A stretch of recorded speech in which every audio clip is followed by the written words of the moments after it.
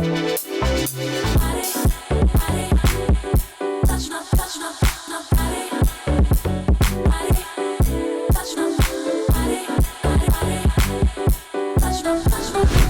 guys, welcome back to my channel. So in today's video, I'm going to be shooting some beauty images, taking you behind the scenes and showing you how I got the shot. But for anyone new here, I thought I'd reintroduce myself. My name's Hippolyte. I'm a fashion photographer based in London. I often make behind the scenes videos and photography related content. So if you're interested in that sort of thing, make sure you subscribe to the channel. Okay, let's get into it.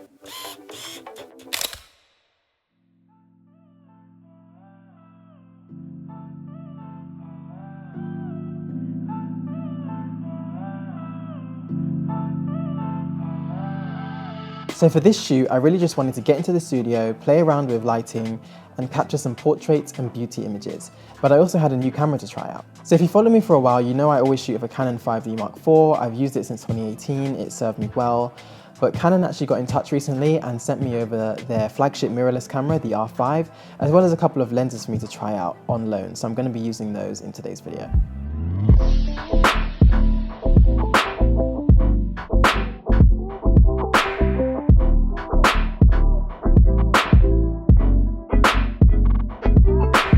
So every shoot starts with a mood board, and the mood board is just a collection of images, words, or other things that set the tone for a shoot. It doesn't have to have loads of information. I often just have 8 to 10 images on a Pinterest board or on a PDF that I can reference throughout the shoot and also show to the team so that we're all on the same page. So this is the mood board for this shoot. I really want to play around with some shadows, some hard light, some motion blur, and capture some macro beauty as well. So for this first look, I decided to go with a 3-light setup. The key light was a Profoto D2 with a zoom reflector and a 10-degree grid. The grid stops the light from spreading and is giving me really strong shadows on the face. The second light was on the background and it was a Profoto B1 into a white umbrella, and the third light was another Profoto B1 on a boom arm with an umbrella just to act as a hair light and give the model a little highlight on the top of her head. The hair light is quite subtle, but it does add that little extra bit of detail and help the photo not look so flat.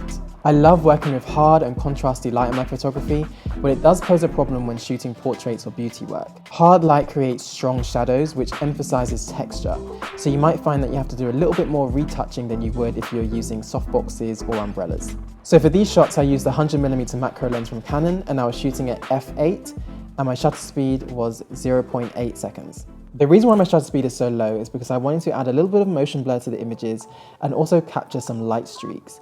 I've done a whole video about this technique. If you want to check it out, I've linked it in the description and also in the top right corner.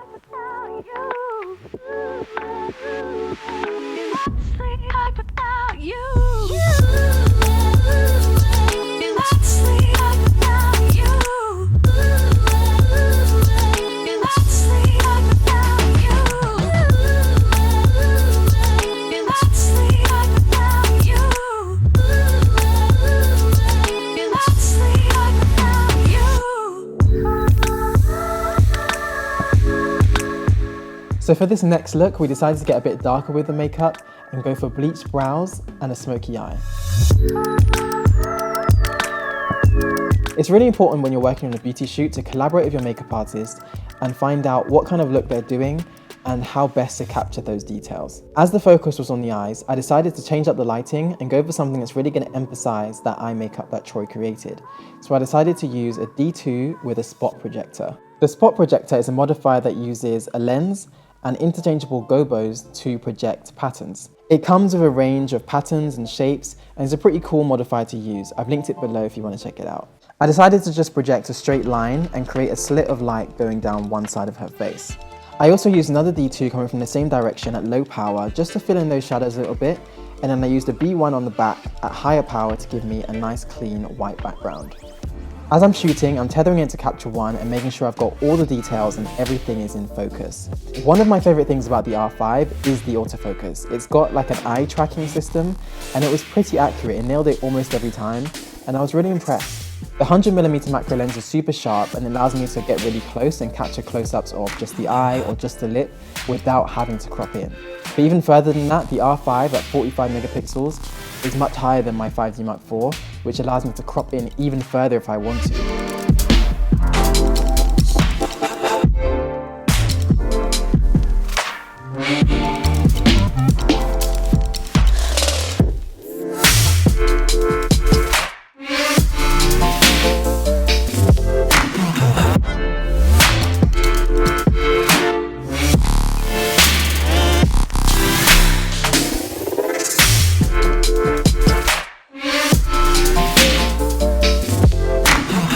So that's it, let me know your thoughts. Which look did you prefer, the first look or the second look? Have you tried shooting beauty or using hard light?